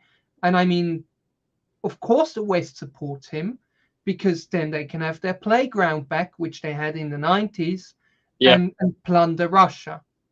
And again, these people say, oh, we have to, that was back then, we have to oppose Nord Stream 2 for the freedom of Navalny. It's funny because Alexei Navalny has been quoted as saying that Muslims are cockroaches that should be exterminated. That's a quote that he has been recorded as to say. It's on most pro-Russian newspapers in Ukraine. Also, lots of left-wing and communist organizations in Europe has picked it up. Alexei Navalny is an ethno-fascist, like by definition of what that is. This isn't a liberal saying this. This is like, this guy has been quoted to comparing Muslims to cockroaches that should be exterminated. This is what Alexei Navalny stands for. He hates Muslims. He thinks that they should be kicked out and exiled of Russia. He thinks that Russia should be a white nationalistic Christian, Orthodox Christian ethno-state. This is the future Russian vision for Alexei Navalny. And on top of that, he wants obviously Western, foreign, international corporations to plunder the country under him. Yeah. He wants to be the next, pro, Cold War state where the Americas won. That's what he wants. He's a racist. Like, by definition, he's a racist. He wants to exterminate Muslims. He compares them to cockroaches. He's been quoted by saying that. I'll find the quote and I'll put it in the comments below when this live stream's uploaded, just so you believe me. But I mean, this guy is pure evil, and yet the Americans would rather he was in charge than Putin, which, by record, hasn't said anything racist against any minority in the world, hasn't said a sexist thing in the world, has shown no discriminatory vilification or hateful speech towards any single marginalized group in the world. Putin has not said or been quoted as saying any hateful things towards any of those groups of people, whereas Navalny wants to exterminate Muslims. He's literally, by definition, ideological, and that's one example. Jason here said many examples. He said Belarus, Svetlana, the opposition leader in Belarus in the last Belarusian elections. Someone else. You I'm mean not some? sure. Yeah, it was the opposition leader of the last Yeah, Belarusian elections. yeah. Yeah, he that flag, the white, Yellow, black, I think. yeah, white, yellow, black. That um is a symbol of imperial Russia, the Tsarist Russia back in the 1800s. It's also a synthesis of nationalism and Soviet-style politics. And it's nothing to be proud of. It's nothing to support. This is the opposition leader. And I mean, yeah, so these color revolutionaries who are backed wholeheartedly by the West Hmm. and by America, I mean, why would any communist support them? But yet you have communists who are like, oh no, I'm a communist. Russia is not communist. We know Russia isn't communist. I mean, I do support. I'm not neutral. I do support Russia. I wholeheartedly agree with what they're doing. But I mean, Hmm. yeah, Russia is not communist. I don't claim that. In fact, Putin is right wing. His party is right wing. It's an oligarchic society where his friends own most industries, and they're oligarchs and they're multimillionaires. And Rishi Hmm. Sunak, the current Prime Minister of Britain, Rishi Sunak, has close ties with Russian oligarchs, went to Oh, school with Russian oligarchs' children. Rishi Sunak is worth is estimated to be worth £730 million. He's almost a billionaire, and he's the Prime Minister of Britain. And that he has close ties with Russian oligarchs. So I am not supportive of Russia as a nation currently, but hmm. in their crusade against Nazis in Ukraine, of course. I mean, I can't not support that. Hmm. But yeah, I mean, obviously Russia has many problems, and as a British person, knowing Rishi Sunak's history, can't support it. But Hmm. yeah, it's very interesting. Yeah, yeah. Hmm. Hmm. Um, I forgot there was something about Belarus, but I forgot again. But I mean, oh, I remember now. I mean, with this whole new thing with like Iran, like, Mm. oh, what is Oh, going on in Iran? It's the same thing. If you don't look at the history of the country, you don't understand what's happening. You have to look at the history and look at the different forces, and it's very clear. I know this history by heart because I made many videos on regimes which the United States installed and supported. It was back then done by an anarchist YouTuber, and I asked him if I can make a translation. And it's ingrained in me. In Iran, you had the prime minister, which made sure that the oil in Iran was being used for the people, yeah. and then Operation Boot. State-owned I oil. think that was I think it was Operation Boot, where the CIA and the British intelligence came in. They did a Yeah, coup and they installed the Shah of Iran. And the Shah yeah. of Iran was the darling of the neoliberals, was the darling of Margaret Thatcher, Ronald Reagan. He was, in fact, so terrible. He had like a secret police killing and attacking He was everyone brutal. against it. Hmm? Yeah, he was brutal. I think it was called Savak. Yeah, yeah, it was brutal, and he even, I think, learned like the torture method with the Mm. help of the United States, and it's very, very sickening if you read about it. But like, I don't know too much about the Iranian Revolution, to be fair. But the way I understand it, eventually that government was overthrown, and then you had the Iranian Revolution with is it Khomeini? Yeah, Uh, how many? Yeah, yeah, with Khomeini and all of that. 90s. And what, of course, did they do? They made Iran no longer dependent on the West. And what could possibly the United States and Britain want in Iran now? I'm sure they're gonna help women there with their rights, because that's definitely what it's about. It's definitely, at least from their side, they at least definitely want to help women and liberate women from this. Well, I mean, it is oppression what is happening there, at least the way I see it. But like, if something happens in Iran and women want this freedom and don't want Islam, like it's their right to do a revolution. But it's not up to the West to decide what is going on in Iran. And that is exactly what is happening at the moment. Even some Iranians are saying to our Swiss government, you should put sanctions on this country, put sanctions on Iran, sanction Iran, stop talking to Iran, close embassies. And like, we have nothing to do with this. Why should we here interfere? And Yeah, we say again, if the people there want a revolution, that is up to them. They can have that. They yeah. can decide what system they have. Yeah, I completely agree. I think that I'm Marxist. I support in self-determination for the people of every country. I think that if the majority of the people of a single country stand up, uh, united by a certain issue, they should be supported internationally. However, that is not including intervention. So if without intervention from the West and the imperialists, if women in Iran successfully rise up and fight by themselves for liberation, then good for them. I support them. Yeah. Good for them. That is their right. They've earned it. They've fought for it. That is a good thing. Absolutely. But yeah, the second the West get involved, that is when I lose my support and I start supporting the Iranian government again. But I mean, yeah, like you said, Shah Khamenei, Shah of Iran. even he was imposed against the Iranians against their will. He wasn't actually elected. He was imposed by a group, by a coup d'état. He wasn't like, he even And what are you he talking about now? The Shah, the current Shah of Iran. or Khomeini? Yeah, Khamenei. Oh, yeah. Yeah. So even he isn't necessarily the most legitimate, from a Western's perspective. I mean, I'm sure he's revered in his country. I think he is actually. Caleb Mappin made a ton of videos on him, revering him. So, I mean, I don't know enough about this situation.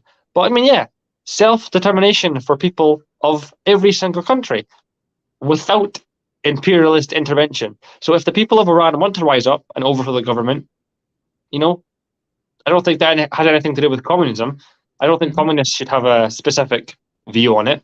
If the majority of the people rise up and carry out a successful revolution that isn't funded or backed by imperialists, then all power to them. Honestly, I mean, I watched the video. I don't think that woman was abused, Massey. I don't think she was abused. I saw the video in the cafeteria. She seems to have collapsed. But I'm not getting into any conspiracy theories. Yes, the truth is out there, and people like us are kind of pushed to the side. But yeah, it's people self-determination. People have the right to fight for what they believe in. But the second they're funded by or helped by a foreign power, then I've lost all respect. That's my take.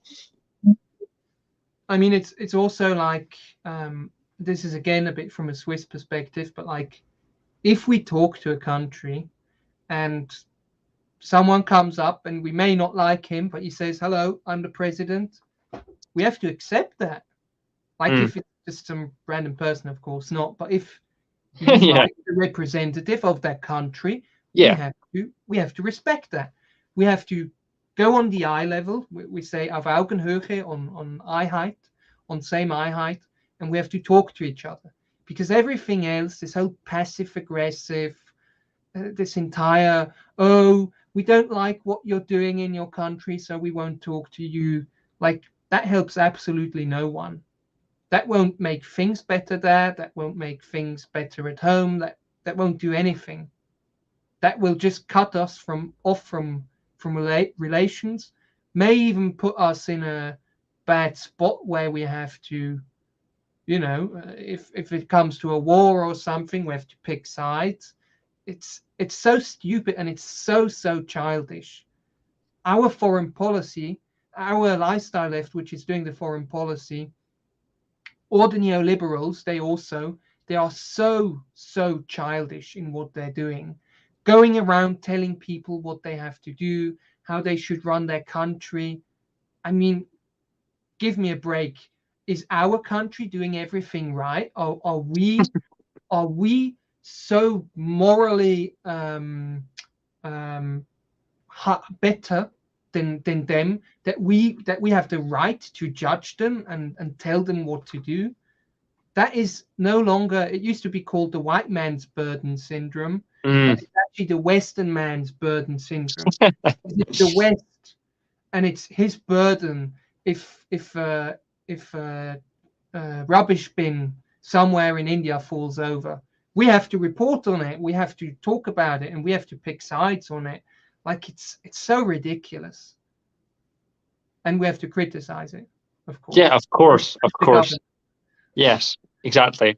Um, all interesting stuff. But going back to the basics, because we're nearly 2 hours in, I think I'll Mhm. I'll end it soon. Yeah. But yeah. So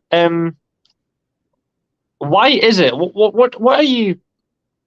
What's your biggest criticism of identity politics? Why do you hate it, or not hate it, but why are you opposed to it so much? Like identity politics and political correctness and lifestyle.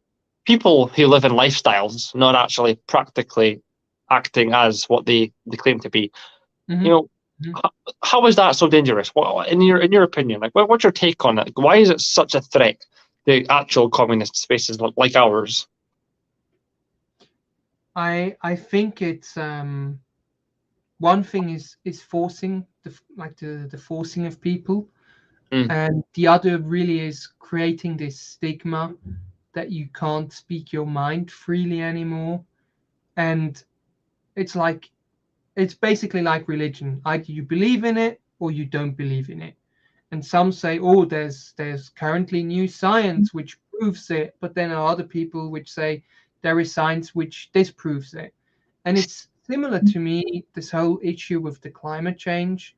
Like with climate change, you can at least see things, like for instance, the um, the ice on our mountains are decreasing over the years, yeah, but like it's still on some level you have to believe in it, and like if there are enough facts then you maybe believe in it, and if there are not enough facts you don't believe in it. And in the case of identity politics, on the whole trans thing, I don't think there is enough facts at the moment, and I don't think there's gonna be many more facts. I would even assume that some people are doing this because it's a trend, because it's cool. Oh, well, I'm not one of those men women stereotype. I'm also one of those cool non-binary which oppose capitalism. And yeah, but what really I think what I hate most is when it goes into our language and we have to adjust the way we're writing. I mean, I can understand when you write, oh, ladies and gentlemen, instead of just gentlemen, but like, yeah, and the worst thing about it is, even if we have the rights, even if we have the perfect language, even if we have all the people walking around however they want and being able to have all their surgeries they want, in the end, there still will be discrimination. They will still be um, they will still be oppressed by capitalism. mm, And mind you, some people can't actually even get that surgery because they haven't got the money for it. So like, it's more of a rich person's thing. The transition, for instance, if you got money, then you can go and have that surgery. But like, it's so over the top. And the worst thing about it is, or one of the worst things, is there are more important issues than identity politics, which is working class issues, because that is the majority of people are suffering from these issues. And funny enough, even trans people are suffering from working class issues. This is why you don't see us walking around with LGBT flags because we already got our flag, which represents the worker. We don't need separate flags for that, and we don't need separate language for that. I mean, we don't Whoa, need. whoa, whoa, whoa. Careful. People might start calling you a class reductionist or something like that, you know? Oh, Got to be careful, man. No, but yeah, you're absolutely right. There is already a flag that represents the working class. It's the red flag. Everybody knows it. That represents revolution. It represents the working class. End of it. It represents change and hope for the future. We don't need separate flags for each category or characteristic of the working class. We already have one that represents the entire working class, and that is enough for us. So, yeah, I really think it's really stupid. You know, I mean, you don't have to fly the LGBT flag. If you're a working class person, regardless of who you are, we will support you. That should be a controversial thing to say. But nowadays, in the current climate, if you don't explicitly say that you 100% support something, you get classed as like the opposite of that. So if you don't say that you wholeheartedly agree with the trans ideology, you'll be like, oh, well, you're a transphobe, you're a TERF. And it's like, no. Trans people, I think that, you know, I think that trans people are the most protected community in the planet right now. But sure, in some countries, like in Africa and Asia, these people are still discriminated against and marginalized. Of course, they should be helped and they should be liberated and they should be able to do what they want. They should be, but also they should be helped.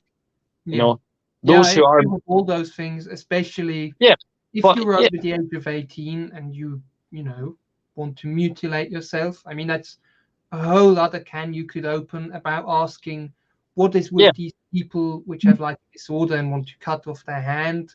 If you want that, you can do that. That is up to you. Yeah. But don't force the entire society to do that. Yeah. If you are mentally ill, or if you have gender dysphoria, or if you are mentally ill, or anything like that, I don't care. I don't care. If you are 18, if you're an adult, then you can do what you want. That's fine. Just go do it. Don't preach about it on the internet or anything. Just go do it.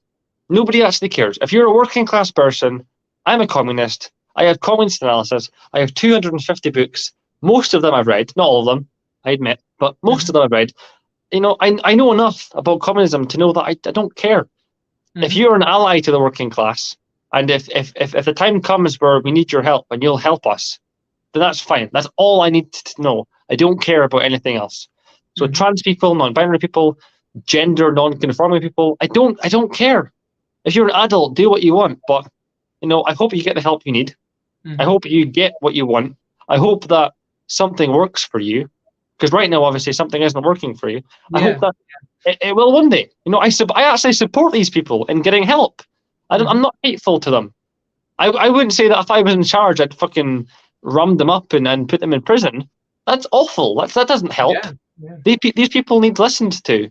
They need helped. And I want to do that. So, you know, but, you know, of course, people will call us now, transphobe and stuff for even saying these things. But it's absolute bullshit. It's lifestyle Marxists who don't actually know anything about Marxism. They just live the style of it, thinking it's cool and trendy. Actually, it's absolute bullshit. So you even said that if you don't 100% support something or such and such, you're called the opposite. We have that exact situation here. Yeah. They're calling on they did call on the government and said, well, you're neutral, so you're actually supporting Ukraine and actually supporting Russia. I even got it wrong now. And like, it's so ridiculous. The world is not just black and white. There are always gray zones. Liberals hate nuance. They hate going into detail. They hate speaking about things in a detailed way in a certain space of time. They like things being simple, black and white. You're either against it or you're for it. And you're less than that, or you're this or that. There's options, there's choices. Whereas Marxists, we're not like that. We're very nuanced. We have very nuanced positions on things. And liberals fucking hate it. They're terrified of it. They're like, oh my God, how do we respond to this? They they agree with us on some things, but they disagree. Like, oh my god, like you're either for us or against. Like they're terrified. They don't understand. They're a bunch of I actually had morons, you know. the other day someone write to us like, so you criticize the left, but you call yourself the left. What are you? Like, Yeah, like leftist nihilists. It's insane. But yeah, so I'm probably going to wrap. Yeah, yeah. yeah. So I'm probably going to wrap it up now. It's been over 2 hours. Yeah. I'm going to let us go. It's about what 20 past 8 your time, so it's 20 past 7 my time. Mhm. So I'm going to wrap it up now. So if you want to have any closing remarks, if you want to say anything, final speech, I guess, anything you want to get off your chest, now's your time to do it. Mhm. Well, I mean, in the case of Switzerland, we think our country should be neutral. We shouldn't be interfering in other countries' business. We should be trading with all countries. We should be talking to all countries, and their elected representatives, or their representatives, maybe elected, maybe not. Um, and in the country, we need to have another industrial revolution or get our companies back, because Mm. it shouldn't be completely dependent, even dependent on China. We don't really think is good. We should be dependent on ourselves in most cases, especially food production and stuff like that. And if you are critical and agree with us, you should join us. You should support us, share our work, and yeah, we're not going anywhere. We're going to stay here for a very long time. Yeah, thank you very much for that.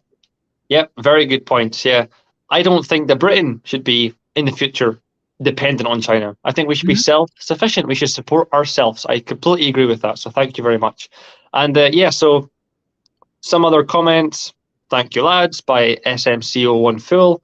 And also, thank you very much, Kings, by Hiking Matiller. You, these comrades have been here since the start, literally. They've watched Oh us for the wow, past 2 hours. 2 hours long. Yeah, they've been commenting. So I appreciate you guys for sticking with us. But Mhm. yeah, so this has been a live stream that has touched on a lot of subjects. But I mean, Mhm. mainly we've been criticizing the kind of liberal left or the lifestyle kind of left. People who claim to be like us, but really aren't, and you can Yeah. tell that very easily.